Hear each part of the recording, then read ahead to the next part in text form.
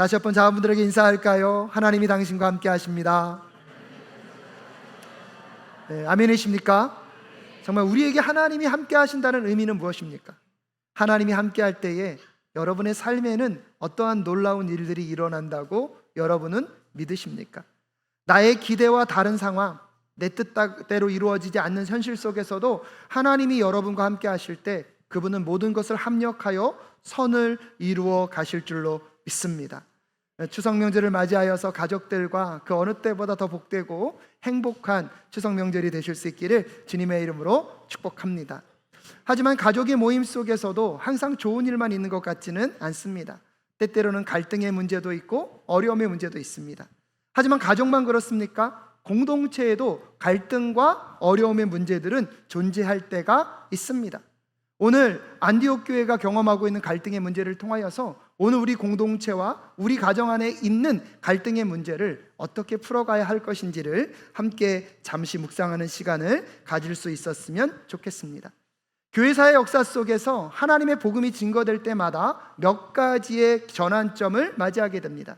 특별히 첫 번째로 복음이 증거될 때 첫 번째 만나는 것은 핍박이라고 합니다. 복음을 증거하는 사람들은 끊임없는 핍박과 저항을 받았습니다. 그럼에도 불구하고 그 핍박 속에서도 그리스도의 복음을 증거하며 살아가게 되다 보면 핍박기를 지나서 부흥기를 만나게 된다고 합니다. 복음 앞에 하나님의 나라와 뜻을 깨닫고 복음의 놀라운 풍성함을 경험하는 수많은 사람들이 하나님 앞으로 몰려오는 그 시간이 있다는 것입니다. 그게 무슨 기라고요? 부흥기. 우리 사랑교회에도 그 부흥기가 다시 회복될 수 있기를 간절히 소원합니다. 근데 이 부흥기 안에서는 어떤 문제점이 발생되냐면 복음도 증거되지만 이단들도 많아지고요, 또한 세속적 복음이 증거되기도 합니다.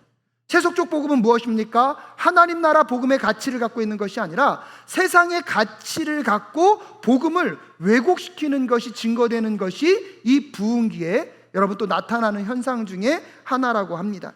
그래서 세 번째 단계로 넘어가게 되면 분쟁, 분열기를 교회는 경험하게 된다는 사실입니다. 사도행전의 이야기를 보더라도 핍박기를 지나 오늘 바울과 바나바가 이방 땅에서 복음을 증거하면서 수많은 사람들이 예수 그리스도 앞으로 돌아왔습니다. 부흥기를 경험하며 그들이 안디옥 교회로 돌아왔는데 안디옥 교회에서 여러분 그들은 또 다른 분쟁의 요소에 휘말리게 된다는 사실을 우리는 확인하게 됩니다. 인생에서도요, 열정기가 있으면 열정기 다음에 무슨 기가 옵니까? 권태기가 온다고 합니다. 근데 이 권태기를 지혜롭게 잘 극복하면 성숙기로 간대요. 근데 성숙기로 가지 못하고 그것을 권태기를 잘 지나가지 못하면 여러분 침체기로 갈 수 있다는 사실을 기억하실 수 있었으면 좋겠습니다. 근데 교회도 똑같습니다. 교회도 그리스도의 복음을 증거하기 위하여서 처음에는 무슨 기가 온다고요? 핍박을 받는 핍박기가 와요. 근데 그 핍박기를 잘 지나가면 무슨 기가 옵니까? 부흥기가 와요. 근데 부흥기 다음에 여러분 우리에게도 분열과 갈등의 기가 찾아오지만 그 분열과 갈등을 지혜롭게 잘 넘어가면 여러분 성숙기로 또 다른 부흥을 경험하게 될 줄로 믿습니다. 하지만 이 갈등과 분열기를 지대롭게 지나가지 못했을 때에 침체기로 넘어가지 않도록 우리가 깨어서 오늘도 안디옥 교회는 갈등을 겪었지만 그 갈등을 어떻게 극복해 갔는지를 함께 살펴보는 이 시간 될 수 있기를 간절히 소원합니다. 또한 여러분 이 갈등기를 이야기하기 이전에 이 기독교 교리 안에서 중요한 세 가지를 여러분이 기억할 필요가 있습니다. 기독교의 믿음 속에서 기독교의 교리 안에서 여러분 모든 일반적인 교회들이 공통되게 믿고 따르는 교리가 도그마입니다. 여러분 이게 제가 오늘 영어 단어를 그냥 써서 죄송한데 한국말로는 교조, 교리, 교의 이렇게 다양하게 번역이 되어서 구분이 안 되더라고요. 그래서 오늘은 영어 단어로 그냥 말씀드리겠습니다. 도그마는요 7대 공의회, 즉 이 교회의 모든 유니버셜 처치에서 공통적으로 따라야 하는 신조들을 결정한 것이 도그마입니다. 그래서 교회들은요 이 도그마가 위협을 받을 때에는 목숨을 걸고 지켜야 합니다. 예를 들면 하나님은 한 분이십니다. 하나님은 성삼위일체십니다. 아멘이십니까? 예수님은 신성도 갖고 계시지만 인성도 갖고 계십니다. 이거는 무슨 영역입니까? 도그마의 영역이라는 거예요. 근데 이 도그마를 믿는 많은 교회들 중에 덕트린, 즉 교리가 다른 교회들이 있습니다. 즉 장로교가 있으면 무슨 교가 있죠? 침례교가 있어요. 그럼 장로교와 침례교는 이 도그마를 같이 믿어요. 하지만 뭐가 다릅니까? 세례를 받을 때에 우리 장로교회는 상징적인 의미로 머리에 물을 뭐하죠? 뿌려요. 근데 침례교는요, 그렇게 하면 안 돼요. 세례를 받으려면 어디에 들어갔다 나와야 돼요? 물 속에 들어갔다 나와야 돼요. 그래서 이거는 도그마는 같이 믿지만 뭐는 다른 거예요? 독트린은 다른 거예요. 여러 집단이 믿는 사항이 서로 다를 수 있음을 인정해야 합니다. 거기서 또 다른 부분 무엇이냐면 디알로지, 신학의 영역입니다. 이것은 조금 더 구체적으로 말씀 앞에 내가 그것을 어떻게 적용할까의 문제이기 때문에 도그마의 문제하고는 또 다른 하위 개념의 개인적인 적용의 문제임을 여러분 기억할 필요가 있습니다. 왜 이렇게 처음부터 어렵게 말씀드리냐면 오늘 이 안디옥 교회가 겪고 있는 이 갈등의 문제가 도그마인지 독트린인지 아니면 무엇인지요? 티올로지, 신학인지를 여러분 한번 생각해 보실 수 있었으면 좋겠습니다. 바울과 바나바가 성령의 명령을 따라 1차 전도 여행으로 소아시아 지역에 그리스도의 복음을 증거했습니다. 놀라운 부흥을 경험했고요. 이제 그들이 교회로 돌아왔습니다. 근데 문제는 뭐냐면 이방인 지역에 복음이 증거됐다는 소식을 듣고 예루살렘의 교인 몇몇이 어디로 내려왔습니까? 안디옥 교회로 내려왔습니다. 안디옥 교회로 내려왔는데 이들이 그 안디옥 교회의 문제를 제공합니다. 그 문제의 내용이 무엇입니까? 오늘 본문 1절 말씀입니다. 1절 말씀을 함께 읽겠습니다. 시작.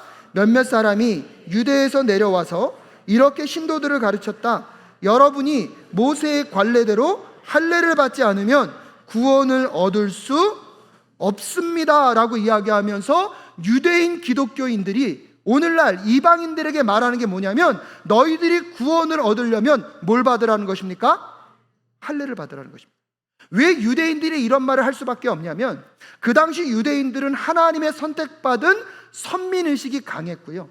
그래서 유대인들에게는 어떤 자부심이 있냐면 저 이방인들은, 여러분 이런 표현 써서 죄송합니다. 하지만 유대인들이 그 당시 갖고 있던 생각은 저 이방인들은 소와 개나 돼지에 불과하다. 지옥의 땔감으로 태어난 저들이 여러분 구원을 받는다는 것은 상상조차 못했어요. 근데 오늘 들려오는 소식에 의하면 성령이 이방인들에게 임했고 그들도 무엇을 받았다는 거예요? 구원을 받는다는 거예요. 그걸 확인하러 안디옥 교회에 내려온 이 유대인 그리스도인들이요, 그들을 향하여서 너희들이 먼저 할례를 받고 무엇이 되어야? 유대인들이 되어야 무엇을 받을 수 있다고요? 구원을 받을 수 있다고 가르치고 있는 것입니다. 여러분 이것은요 구원의 바른 진리입니까? 왜곡된 진리입니까? 왜곡된 진리입니다. 여러분 우리는 오직 무엇으로 구원을 얻습니까? 믿음으로 구원을 얻습니다. 근데 유대인들은 그들의 선민의식과 그들이 갖고 있는 특권의식 속에서 말씀을 해석하다 보니까 여러분 먼저 무엇이 되어야? 유대인이 되고 나서 유대인들에게 성령이 임하고 구원이 있다라는 잘못된 교리를 가르쳤습니다. 이 잘못된 교리에 대해서 사도 바울은 갈라디아서 1장 7절부터 8절에서 엄중하게 경고합니다. 함께 읽겠습니다. 시작. 실제로 다른 복음이 있는 것은 아닙니다. 다만 몇몇 사람이 여러분을 교란시켜서 그리스도의 복음을 왜곡시키려고 하는 것뿐입니다. 그러나 우리들이나 또는 하늘에서 온 천사일지라도 우리가 여러분에게 전한 것과 다른 복음을 여러분에게 전하면 마땅히 저주를 받아야 합니다라는 표현을 할 정도로 바울은요 이 교리에 있어서 단호합니다.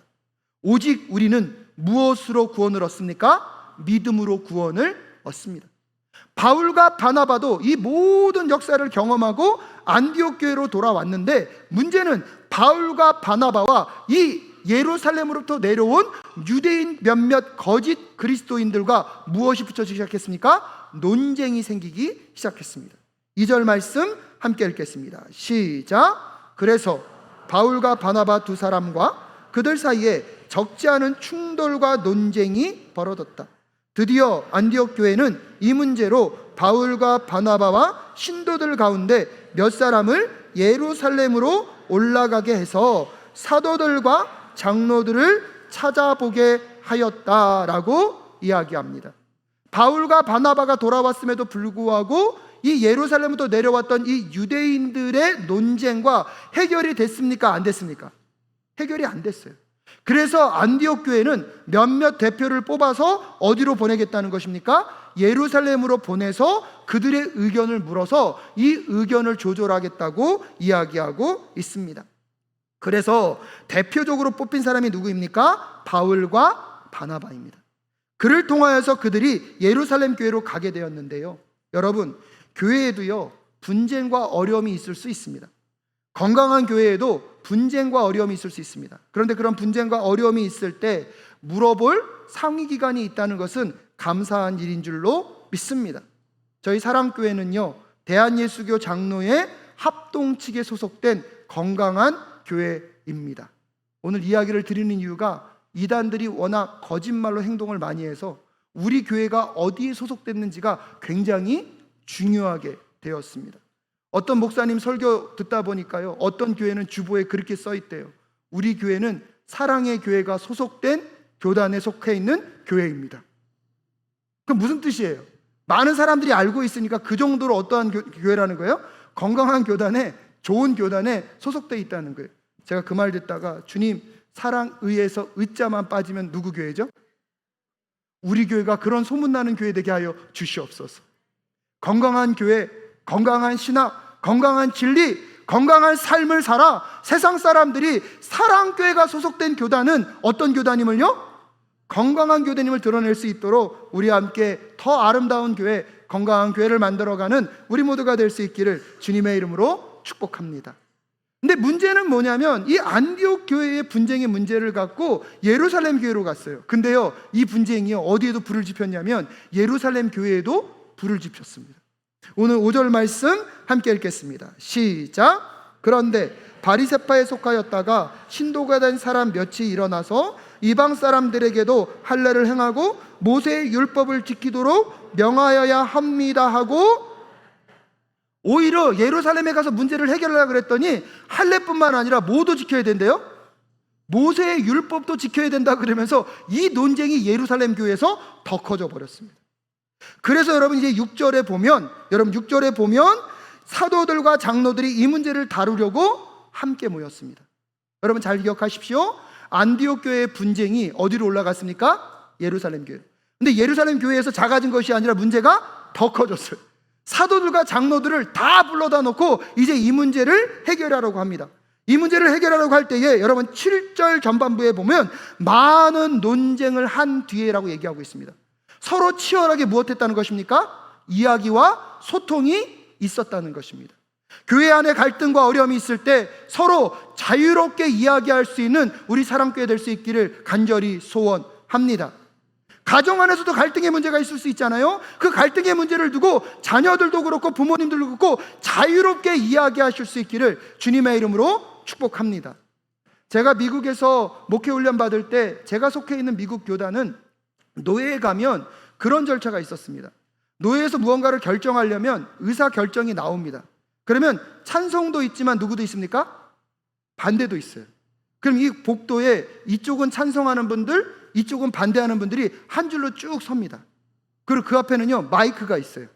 일정 약속한 시간 동안에 찬성하는 사람이 찬성하는 의견을 막 말해요. 시간이 넘어가면 뭐가 꺼져요? 마이크가 꺼져요. 그 다음은 누구 순서예요? 반대하는 분. 이분이 막 얘기하다 시간이 되면 마이크가 어때요? 꺼져요. 그래서 찬성 반대를 쭉 이야기하게 해요. 마음 놓고. 그러고 나서 노예의 서기가 딱 나와서 얘기합니다. 충분히 논의된 것 같으니까 지금부터 성령 하나님의 앞에 기도하고 뭐 하겠습니다? 투표하겠습니다. 그리고 투표하고 결정이 되면 그 결정을요 누구의 뜻으로 받아들이는 거예요?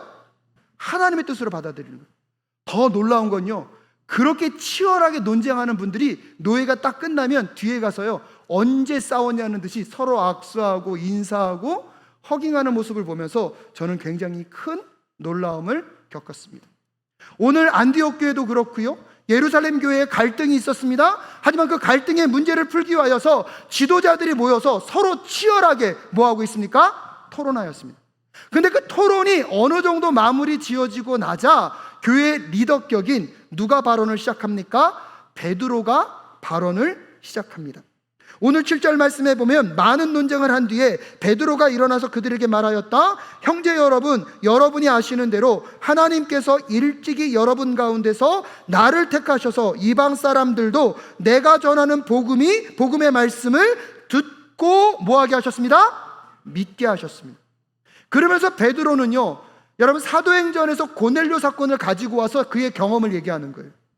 내가 경험하였는데 그들도 그리스도의 복음을 믿음으로 무엇을 얻었다는 것입니까? 구원을 얻었다는 것입니다. 그러면서 8절에 이렇게 얘기합니다. 우리 함께 읽을까요? 8절 시작. 그리고 사람의 마음속을 아시는 하나님께서는 우리에게 주신 것과 같이 그들에게도 그들을 인정해 주셨습니다. 할렐루야. 유대인에게 주신 성령을 누구에게도 주셨다고요? 이방인에게도. 유대인에게 주신 성령을 오늘 이 자리에 있는 여러분 모두에게도 허락해 주셨는 줄로 믿습니다. 그래서 그 성령 안에서 예수님의 십자가의 사건을 믿음으로 오늘 우리에게 무엇이 오는 것입니까? 구원이 오는 것입니다. 그래서 9절에서 베드로는 다시 얘기합니다. 함께 읽겠습니다. 시작. 하나님께서는 그들의 믿음을 보셔서 그들의 마음을 깨끗하게 하시고 우리와 그들 사이에 아무런 차별을 두지. 할렐루야.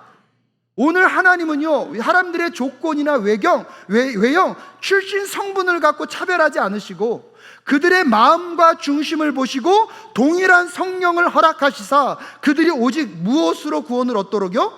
믿음으로 구원을 얻게 하셨다는 거예요. 근데 문제는 뭐냐면 10절에 보면 자꾸 유대인들이 그 믿음에 무언가를 얹으려고 그래요. 할례를 받아야 무엇을 받을 수 있다? 구원을 받을 수 있다. 모세의 율법을 지켜야 무엇을 받을 수 있다? 구원을 받을 수 있다.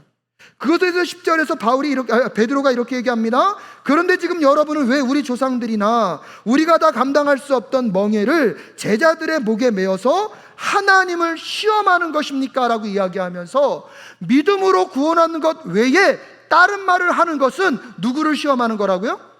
하나님을 시험하는 거라고. 그러면서 11절에 이렇게 선포합니다. 함께 읽겠습니다. 시작. 우리가 주 예수의 은혜로 구원을 얻고 그들도 꼭 마찬가지로 주 예수의 은혜로 구원을 얻는다고 우리는 믿습니다. 할렐루야. 그렇기 때문에 구원은 오직 믿음으로. 근데 그 믿음도요, 누가 주시는 선물이에요? 하나님이 주시는 선물. 그래서 구원은 은혜로 얻는다는 것을 다시 한번 강조하고 있습니다. 사랑하는 사랑교회 성도 여러분, 기독교는요, 회심의 종교입니다. 구원을 위해서 우리에게 필요한 것은 개종이 아니라 회심입니다. 유대인들은 자꾸 너희들이 먼저 어느 교 안으로 들어와야 된대요? 유대교 안으로 들어와야 된대요. 아니요, 개종의 문제가 아니라 내 마음의 중심에 하나님이 주인이 되어 있지 않은 사람, 내 마음에 하나님을 인정하지 않는 것, 그게 뭐예요? 죄예요. 그게 죄임을 깨닫고 예수님이 내 죄의 문제를 십자가에서 해결하셨음을 마음으로 믿어 입으로 고백한 자들. 그래서 내 삶의 주인이 내가 아니라 누구이심을요? 하나님을 인정하는 자들은 오직 믿음으로 이미 구원을 얻었는 줄로 믿습니다. 근데 그 믿음이, 여러분 여기 기억해 주십시오. 내 안에서 나오는 것입니까? 하나님이 주신 것입니까? 이게 중요해요. 그래서 에베소서 2장 8절부터 9절에 보면 이런 말씀을 합니다. 함께 읽겠습니다. 시작. 믿음을 통하여 은혜로 구원을 얻었습니다. 이것은 여러분에게서 난 것이 아니요 하나님의 선물입니다. 행위에서 난 것이 아닙니다. 그러므로 아무도 자랑할 수. 여러분, 그래서 세상에서는요, 믿음의 반대말이 불신이에요. 근데 오늘 본문에서는 믿음의 반대말을 불신이라고 말하지 않아요. 왜? 믿음은 내 안에서 있는 것이 아니라 누가 주신 거예요?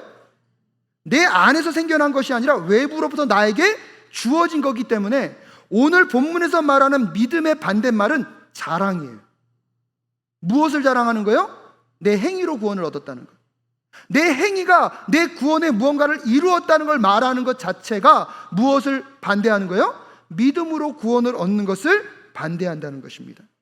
사랑하는 여러분, 유대인이나 헬라인이나 여러분 율법을 갖고 있거나 갖고 있지 않거나 할례를 받았거나 할례를 받지 못했거나 오늘 하나님의 값없는 사랑, 그 은혜로 주어진 믿음으로 우리는 오직 구원을 얻는다는 사실을 꼭 기억하실 수 있기를 주님의 이름으로 축복합니다. 베드로는 고넬료의 사건을 경험하는 것을 통하여서 성령이 이방인에게 동일하게 역사한다는 것을 경험하였기 때문에 오늘 이 논쟁 가운데 행위가 아니라 무엇으로요? 믿음으로 구원을 얻는다는 것을 그의 경험을 통하여 말했습니다. 근데 베드로만 그렇게 말한 것이 아니라 12절에 보면 바울과 바나바도 자기들도 경험했다는 거예요. 자기들도 복음을 증거하다 보니까 성령이 동일하게 누구에게도 내리셔서 이방인들에게도 내리셔서 이방인 그들도 믿음으로 구원을 얻었다는 것을 바울과 바나바도 경험했음을 증거하고 있습니다. 오늘 오직 믿음으로 구원을 얻는다는 것을 바울과 바나바와 여러분 베드로는요 무엇을 통하여 증명하고 있습니까? 그들이 경험한 경험을 통하여 증거하고 있습니다. 근데 그들의 이야기가 어느 정도 끝나자마자 오늘 보면 13절부터는 누가 등장합니까? 야고보가 등장합니다. 여러분 우리 13절 말씀 잠깐 한번 읽어볼까요? 제가 읽어드릴게요. 시작. 바나바와 바울이 말을 마친 뒤에 야고보가 대답하였다. 형제 여러분, 내 말을 들어보십시오. 여기서 말하는 야고보는요 예수님의 제자 야고보가 아닙니다. 예수님의 동생 야고보입니다. 근데 어떻게 이 야고보가 예루살렘 교회의 리더가 되었는지는 알 수가 없습니다. 근데 그 야고보는요 오늘 베드로와 바울과 바나바는 경험을 통하여서 그것을 논증했다면 오늘 야고보는요 말씀으로부터 가져옵니다. 14절부터 15절 말씀 함께 읽겠습니다. 시작. 하나님께서 이방 사람들을 돌아보셔서 그들 가운데서 자기 이름을 위하여 처음으로 한 백성을 택하신 경위를 시므온이 이야기하였습니다. 예언자들의 말도 이것과 일치합니다. 예언서에서 이렇게 기록되어 있습니다 라고 이야기하면서 이제 야고보는요 뭐로 확증하고 있습니까? 말씀으로 확증해 주고 있습니다. 경험뿐만 아니라 성령이 함께 하셨던 경험뿐만 아니라 성령으로 기록된 무엇으로요? 말씀으로. 우리는 오직 무엇으로 구원을 얻는다? 믿음으로 구원을 얻는다는 것을 확증해 주고 있습니다. 그러면서 여러분 19절 말씀에서 오늘 야고보가 어떻게 얘기합니까? 함께 얘기하겠습니다. 시작. 그러므로 내 판단으로는 하나님께 돌아오는 이방 사람들을 괴롭히지 말라는 거예요. 오직 믿음으로 구원을 얻으니까 이제 그들에게 할례 받으란 말 하라는 거예요, 말라는 거예요. 예, 그들에게 모세의 율법을 지킬 필요가 있다는 걸 말할 필요가 없다는 거예요. 근데 야고보가 이렇게 선언하고 끝났으면 되는데 여러분 20절에서 뭐라고 얘기합니까? 20절 말씀 읽겠습니다. 시작. 다만 그들에게 편지를 보내서 우상에게 바친 더러운 음식과 음행과 목매어 죽인 것과 피를 멀리하려고 하는 것이 좋겠습니다 라고 이야기하면서 여러분 행동에 대한 이야기를 뭐하고 있어요? 덧붙이고 있어요. 그냥 19절까지 끝냈으면 무엇으로 구원을 얻는다? 믿음으로 구원을 얻는다로 끝나는 것 같은데 그 다음에 야고보가 이렇게 행동하면 좋겠습니까라고 이야기하고 있습니다. 여러분 여기서 제가 묻겠습니다. 여러분 구원의 문제는 19절에서 끝났습니까? 안 끝났습니까? 끝났어요. 왜요? 오직 믿음으로 무엇을 얻는다? 자, 아까 처음에 설교할 때 제가 세 가지 말씀드렸어요. 도그마, 닥트린, 그 다음에 뭐가 있었어요? 티올로지, 신학. 오직 믿음으로 구원을 얻는다. 이건 도그마일까요? 닥트린일까요? 티올로지일까요? 네, 저는 도그마라고 생각해요. 이건 뭐 갖고 지켜야 돼요? 목숨 걸고 지켜야 돼요. 근데 20절 이후의 문장부터는 여러분 도그마일까요? 신학일까요? 예, 신약일 가능성이 높아요. 왜냐하면 이 행위 때문에 우리의 구원에 영향을 줍니까? 안 줍니까? 안 줘요. 믿음으로 구원을 얻었는데 근데 야고보는요 그들의 행동 때문에 시험받을 수 있는 유대인들을 생각하면서 너희들의 행동을 돌아보라는 거예요. 이게 좀 어렵기 때문에 여러분에게 아주 쉽게 이렇게 설명할게요. 이제 무슨 명절이 시작됐습니까? 추석 명절이. 가족들끼리 모이면 뭐 하시죠? 예, 우리는 옛날에 고스톱을 쳤습니다. 그럼 고스톱을 치면 구원을 받습니까? 못 받습니까? 점 10원이면 구원, 점 100원이면 구원이 없습니까? 고스톱을 치고 안 치고는 엄밀한 의미에서 보면 우리의 구원에 영향을 줍니까 안 줍니까? 안 줘요. 왜? 구원은 오직 무엇으로 얻어요? 오늘 야고보가 그 얘기하는 거예요. 19절까지 이제 논쟁은 끝났어요. 오직 무엇으로 구원을 얻는다? 믿음으로 구원을 얻는다. 근데 20절에 그 얘기를 왜 쓰는 거냐면 우리는 이미 무엇을 하더라도 자유합니다. 하지만 그 자유로 방종하지 말고 내 믿음의 자유로운 행동 때문에 무엇을 받을 사람이 있어요? 시험 받을 사람이 있으면 그 사람 때문에 그 행동을 뭐 하는 거예요? 할지 말지를 결정하라는 거예요. 여러분이 우연히 제 방에 왔는데 제가 저희 아내랑 고스톱을 맞고를 치고 있어요. 은혜가 돼요, 안 돼요? 그래서 안 하는 거예요, 여러분. 못해서 안 하는 게 아니라 안 하는 거예요. 오늘 야고보가 말하는 바가 그겁니다. 그것은 우리의 구원과 관계없어요. 우리의 구원은 오직 하나님이 우리에게 주신 믿음의 선물로 우리는 구원을 얻습니다. 할렐루야. 그런데 그 구원 속에 우리에게 주신 그 자유함을 갖고 그러니까 내 멋대로 살아도 되라고 얘기하면서 엉뚱한 짓 하지 말고 오히려 그 구원으로 은혜를 얻었기 때문에 오히려 그 자유 속에서 연약하고 힘든 자를 바라보면서 그 사람 때문에 하지 않을 절제의 은혜가 우리 안에 있어야 할 줄로 믿습니다. 그래서 갈라디아서 5장 13절 말씀에 보면 이렇게 얘기합니다. 함께 읽겠습니다. 시작. 형제자매 여러분, 하나님께서는 여러분을 부르셔서 자유를 누리게 하셨습니다. 그러나 여러분은 그 자유를 육체의 욕망을 만족시키는 구실로 삼지 말고 사랑으로. 할렐루야. 근데 여러분 한 단계 더 나아가서 마태복음은 더 심각하게 말합니다. 마태복음 18장 6절부터 7절 함께 읽겠습니다. 시작.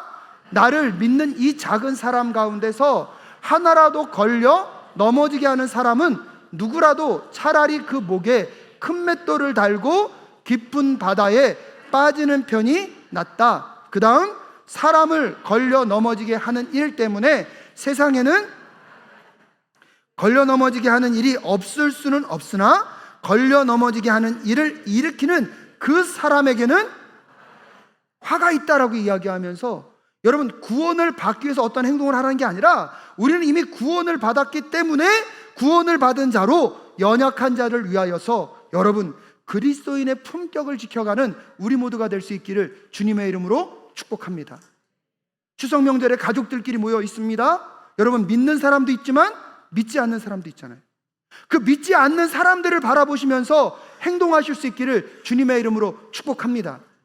그러게 그 자유를 나를 위해서 쓰지 마시고 믿지 않는 가족들에게 그리스도의 복음이 증거되고 하나님의 사랑이 증거되기 위하여서 내가 어떤 행동을 하는 것이 그분의 영광과 그분의 뜻을 드러내는 것인지를 꼭 생각해 보시는 이번 추석 명절 하루 되실 수 있기를 주님의 이름으로 축복합니다. 설교 끝났더니 여러분이 목사님이 고스톱 쳐도 된대요. 그 오늘 설교 잘못 들으신 거예요. 그게 중요한 게 아니고요. 중요한 것은 구원은 오직 무엇으로요? 그러니 그 믿음으로 이미 구원 얻은 사람들은 이제는요 연약한 자들을 위하여서 내가 할지 안 할지를 결정하며 하나님의 나라와 뜻을 드러내는 삶을 살아가실 수 있기를 주님의 이름으로 축복합니다. 말씀을 마무리 짓겠습니다. 안디옥 교회는 건강한 교회였습니다. 예루살렘 교회도 건강한 교회였습니다. 하지만 건강한 교회에 오늘 갈등과 분열의 이야기가 전달되고 있습니다. 하지만 여러분 그 갈등과 분열의 문제를 어떻게 풀어가고 있었습니까? 첫 번째 기억하십시오. 그들은 서로 활발하게 소통했습니다. 한의학 언어 중에 한학 용어 중에 통하지 않으면 통이 온다라는 얘기가 있어요.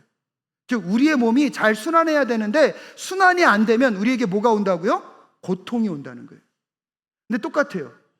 교회 공동체 안에서도 여러분 소통이 이루어지지 않으면 분열의 고통이 옵니다. 소통이 이루어지지 않으면 갈등의 고통이 올 수 있습니다. 그럴 때 여러분 서로 자유롭게 소통하는 우리 사랑교회 공동체가 될 수 있기를 주님의 이름으로 축복합니다. 여러분의 가정도 여러분의 삶의 공동체도 그런 소통이 이루어지실 수 있기를 주님의 이름으로 축복합니다. 하지만 여러분 소통만 있으면 안 돼요. 충분히 소통이 이루어졌으면 그때 성령 하나님의 역사를 경험한 사람들의 이야기를 뭐 할 필요가 있어요? 들어야죠. 왜? 이 소통을 뭐 해야 되니까? 마무리돼야 되니까. 하나 되게 해야 되니까. 근데 경험만으로는 안 돼요. 마지막에 야고보가 무엇으로 선포했습니까? 말씀으로 선포했잖아요. 그러니까 말씀의 권위 속에서 우리의 갈등의 문제가 하나님이 어떻게 가길 원하시는지를 찾아가는 우리 사랑교회 공동체가 될 수 있기를 주님의 이름으로 축복합니다. 근데 여러분, 더 중요한 게 뭐냐면 마지막 네 번째예요. 마지막 네 번째는 여러분 자세히 다루지 않았는데 12절에 보면, 12절 말씀 한번 잠깐 볼까요? 12절에 보면 이렇게 말합니다. 제가 읽어드릴게요. 그러자 온 회중은 어떻게 하였다? 조용해졌다. 온 회중이 뭐 했다는 거예요? 침묵했다는 거예요. 치열하게 논쟁이 벌어지다 보면 어느 순간 보면요, 이 논쟁 속에서 내가 뭐 하고 싶지 않아요? 지고 싶지 않아요. 그러니까 옳고 그름은 사라졌어요. 저 사람을 내가 오늘은 반드시 뭐 해야 돼요? 이겨야 돼요. 그러면 상대편의 말이 들릴까요? 안 들릴까요? 싸우다 보면 항상 그래요. 가만히 좀 있어봐. 가만히. 그럼 누구 말 들으라는 거예요? 그럼 해결이 돼야 안 돼요. 오늘 이 공동체는요, 베드로가 말할 때 어떻게 됐다고요? 조용했다. 야고보가 말할 때 어떻게 됐다고요? 조용했다. 이 조용했다는 것은요, 자기를 절대화하지 않겠다는 거예요. 오늘 내 생각을 상대화하겠다는 거예요. 하나님이 말씀하시는 것에 내 생각을 상대화하며 상대편의 이야기를 듣게 될 때, 여러분, 우리 안에 분열로부터 하나됨의 역사로 넘어가게 될 줄로 믿습니다. 이게 왜 중요하냐면 이 분열의 문제를 끝냄으로 인하여서 사도행전 15장부터는요, 이제 이방인 선교에 불이 붙습니다.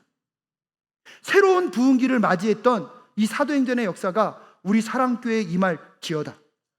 우리 사랑교회 성도님들의 가정 가운데 임할지어다. 여러분이 속해 있는 공동체에 임할지어다. 중요한 것은 여러분, 갈등이 없는 게 문제가 아니에요. 갈등이 있다 할지라도 그 갈등을 오늘 초대교회 건강한 공동체가 어떻게 해결해 갔는지를 다시 묵상하며 우리 사랑교회 위에, 또한 여러분의 가정 위에, 여러분 공동체 위에 아름답게 세워지는 이번 한 주 되실 수 있기를 주님의 이름으로 축복합니다.